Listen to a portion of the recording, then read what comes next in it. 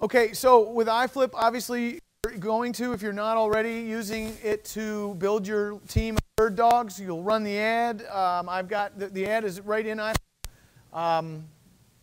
And let the bird dogs create their accounts. They do that, they go into your Iflip database. And as soon as they do that, they get the welcome email that comes them and gives them the training they need and sets their expectations so that they know what you require. That welcome email, I highly recommend you read and edit in any way you see fit.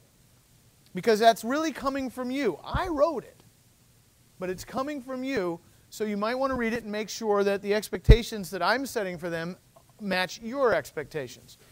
And so you can easily edit it. Now, in that particular welcome message, there is some code, because what it does is it grabs their username and password and puts it in the message so that they can keep it and refer back to it and use that as their resource or whatever if they forget their username and password. Don't mess with that code. It's the stuff that you look at and you go, ew, what's that? Just leave that alone. That's what goes into the database and grabs the things to put in the message to your bird dog so that that message is especially meaningful. But the copy that's before and after that code, you'll see is very easily edited. You just, add, delete, whatever you want. I encourage you to take advantage of how easy we've made it for you to edit the stuff in Iflip and make it your own. The copy that I've written is a good starting point, and maybe it's all you need, but take advantage of that.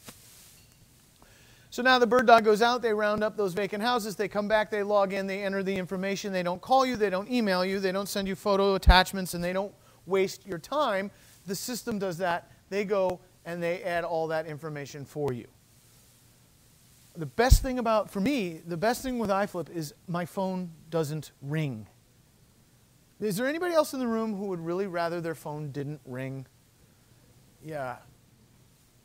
I know it seems so impersonal.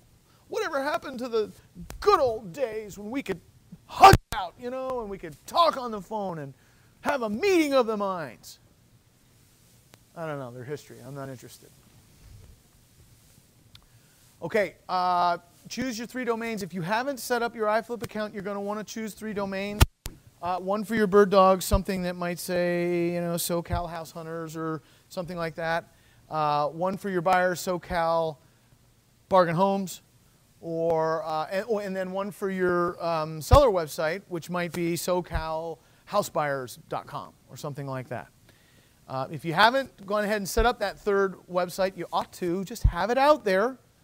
What I do is I constantly run an ad in the local shopper.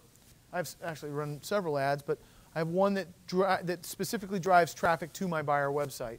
And it basically says, sell your house on the date of your choice without doing any repairs, or sell your house on the date of your choice at a fair price without doing any repairs. Those ads are in Iflip on the buyer tab. On the seller tab. So you've got examples of those ads. And you've got unlimited email accounts. Now, what you might also want to do if you're acquiring domains is go ahead and get your 4th domain for the website that's coming, which is going to be for your buyers who can't qualify for a mortgage.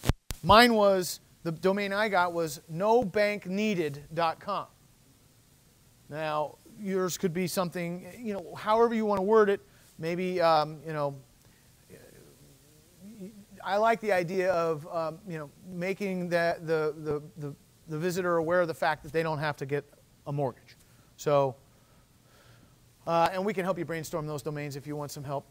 You can talk to Alan, or you can always talk to Cheryl back at the office. So you might want to go ahead and get that now.